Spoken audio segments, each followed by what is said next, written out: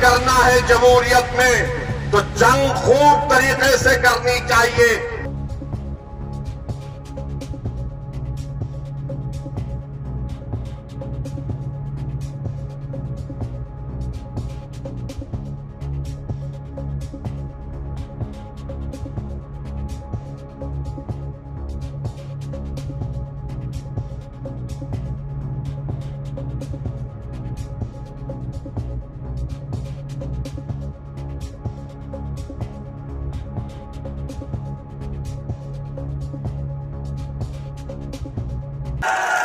वो कोई और ही दास्तान सुना रहे थे।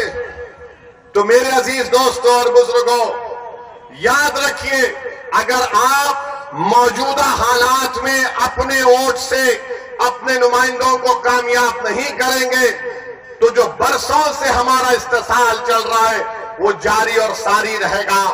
अगर एमआईएम पार्टी जीतती है तो यहां पर भारत की जमहूरियत मजबूत होगी, गरीबों और मजलूमों को एक आवाज मिलेगी, क्योंकि आपने समाजवादी को कभी वोट दिया, कभी बसपा को वोट दिया, कभी आरएलडी को वोट दिया।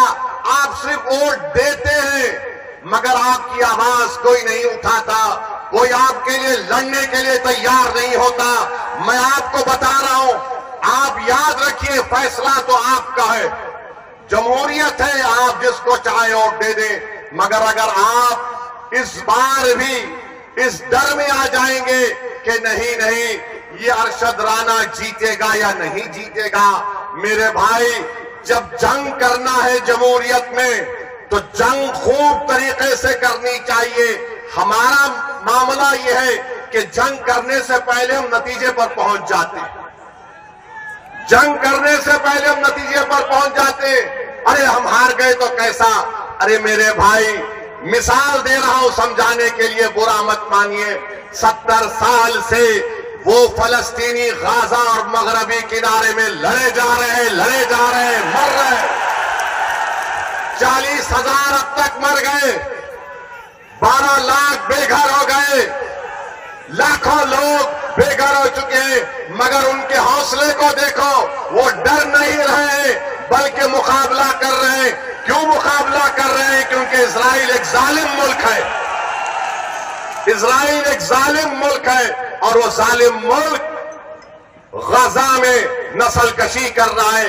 मगर एक मिसाल देने के लिए आपको बता रहा हूं।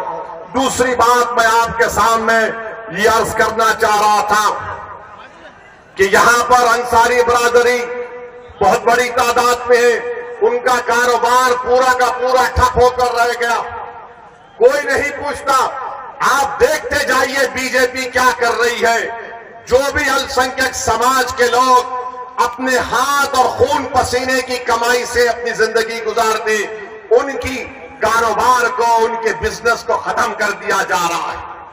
मगर कोई आवाज उठाने वाला ही नहीं, कोई लड़ने वाला ही नहीं। चुनाव आ गया तो सब आ जाते हैं कि भैया को जिताओ, दरी बिछाओ, अपनी जवानी को कुर्बान करो, उसके बाद हम ही मरते हैं, उसके बाद हम ही मरते हैं। तो मेरे अजीज दोस्तों और बुजुर्गों, मेरे भाई, आप सुनिए, हाँ जिंदा है, आप भी जिंदा है, हम भी जिंदा है। हम और आप जब तक जिंदा है उस वक्त तक कयामत नहीं आने वाली, अल्हम्दुलिल्लाह।